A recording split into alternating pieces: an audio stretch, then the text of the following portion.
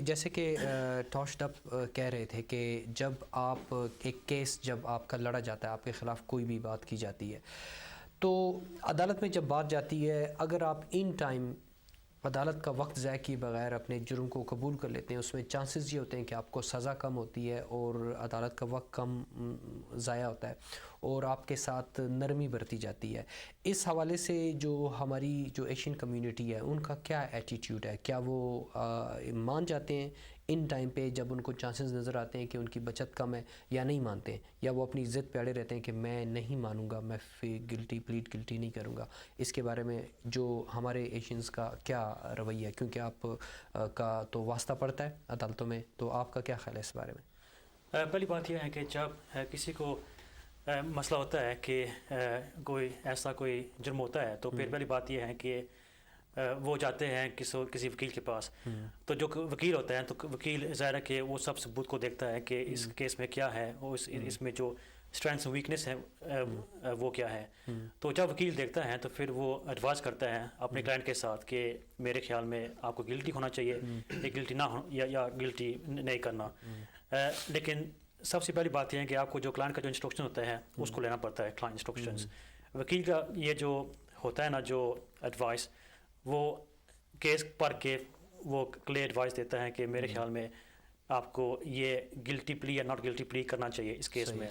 تو پھر کلائنٹ کا مرضی ہوتی ہے کہ وہ کیسے کرنا چاہتا ہے، لیکن اس کو تو وکیل کی جو بات ہے اس کی سننی چاہیے۔ دوسرا مسئلہ یہ ہوتا ہے کہ جب وہ کسی وکیل کے پاس چلے جاتے ہیں at the inset of the whole matter، تو پھر وہ یہ کہتے ہیں، وہ جو پورا انفارمیشن ہوتا ہے وہ نہیں دیتے وکیل کو۔ تو سم ٹائمز وکیل کے لیے تھوڑا مشکل ہوتا ہے کہ جو انفارمیشن ان کے پاس ہے شاید وہ پوری انفارمیشن نہیں ہے، وہ آدھی انفارمیشن ہے۔ تو اس لیے پھر جو کلائنٹ کا جو ایٹیٹیوڈ ہوتا ہے، ایز فار ایز جو کلائنٹ کا جو مسئلہ ہوتا ہے، آپ کا جو مسائل ہوتا ہے، اس طرح ہوتا ہے کہ وہ پھر وکیل کے پاس آ جاتا ہے تو وہ پورا انفارمیشن نہیں بتاتا۔ اگر وہ پورا انفارمیشن بتاتا ہے وکیل کو، تو پھر وکیل آپ کا جو کیس ہے اس کو پورا تیار کر سکتا ہے، تو اس کے مطابق پھر وکیل اس کیس کو آگے افیکٹولی کر سکتا ہے۔ تو پھر جو کورٹ کا جو وقت ہوتا ہے وہ بھی بچ جاتا ہے، چونکہ جو وکیل ہوتا ہے وہ کافی اچھی ایڈوائس دیتا ہے، تو اس کے مطابق پھر وہ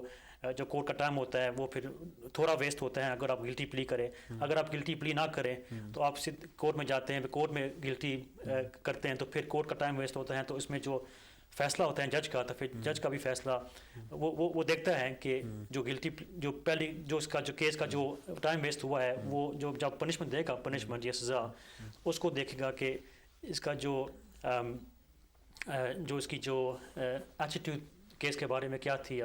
تو اس نے مطلب ہے کہ کورٹ کا ٹائم ویسٹ کیا تھا، تو یہ اثر پہ سکتا ہے۔ جو کیس کا فیصلہ ہوتا ہے جج سے،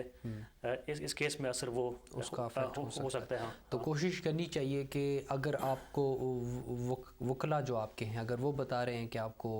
جو ہے اقبال جرم کر لینا چاہیے، پلیڈ گلٹی کر لینا چاہیے، اور آپ کو خود بھی ایسا محسوس ہو، تو وقت ضائع نہیں کرنا چاہیے کورٹ کا، اور اس میں ہمارے ساتھ نرمی برتی جاتی ہے۔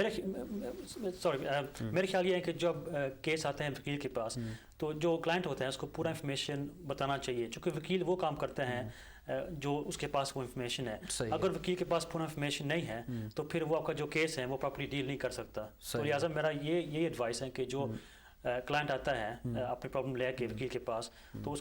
کا کافی مطلب ہے کہ